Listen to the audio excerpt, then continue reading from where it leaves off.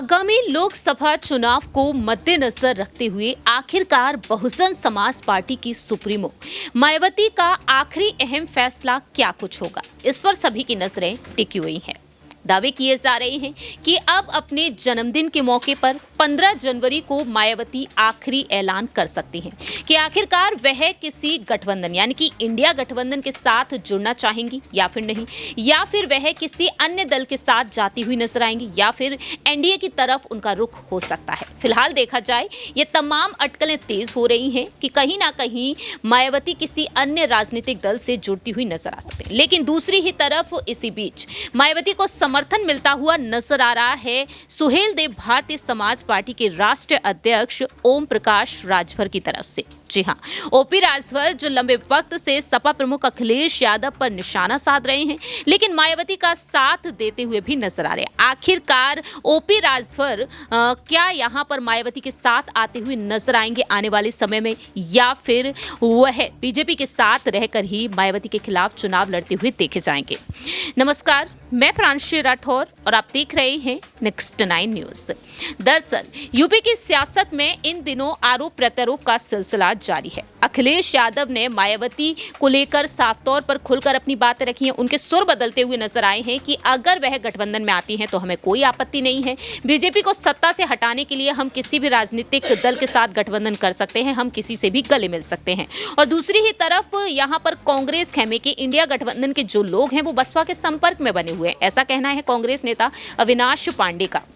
अब यहाँ पर समाजवादी पार्टी की तरफ से भी देखा जाए तो वो सवाल जिस तरीके से उठ रहे थे कि कहीं ना कहीं सपा नहीं चाहती है कि मायावती इस गठबंधन से जुड़े, लेकिन अब ये स्थिति भी साफ हो चुकी है। और ऐसे में सुहेलदेव भारतीय समाज पार्टी के राष्ट्रीय अध्यक्ष ओपी राजभर ने अपनी बात रखी है।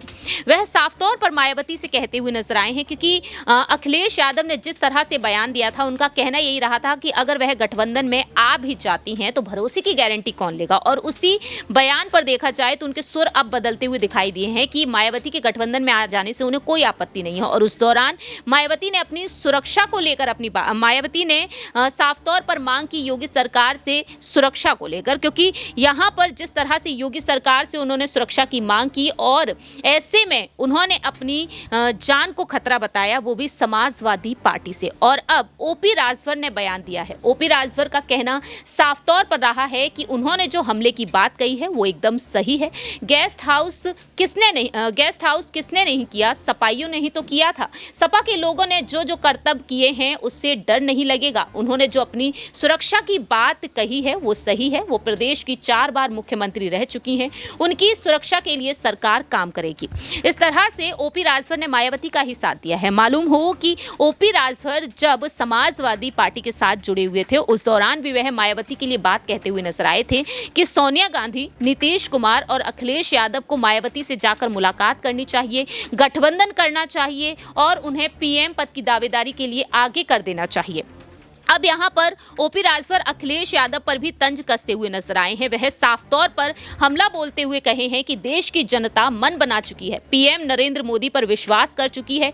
यूपी के सीएम योगी आदित्यनाथ के नेतृत्व में जो योजनाएं बन रही हैं वो गरीबों तक पहुंच रही हैं। जो बीच के बिचौलिए हैं वो परेशान हैं, चाहे वो सपा हो चाहे बसपा हो। और अखिलेश यादव का स्टैंड क्लियर नहीं है। जब मोदी जी सनातन धर्म की बात करते हैं तो उनके नेता सनातन के खिलाफ बयानबाजी करते रहते हैं।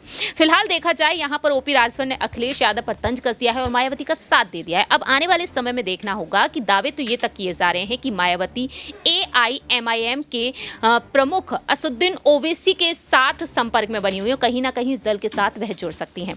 आखिरकार मायावती का अगला रुख क्या होगा और ओपी राजभर के क्या सुर बदलते हुए नजर आएंगे। फिलहाल तो इंतजार कर रहे हैं कि योगी सरकार में उन्हें मंत्रिमंडल में जगह मिल जाए। इस खास रिपोर्ट में इतना ही। बाकी की तमाम अपडेट्स के लिए देखते रहिए नेक्स्ट 9 न्यूज।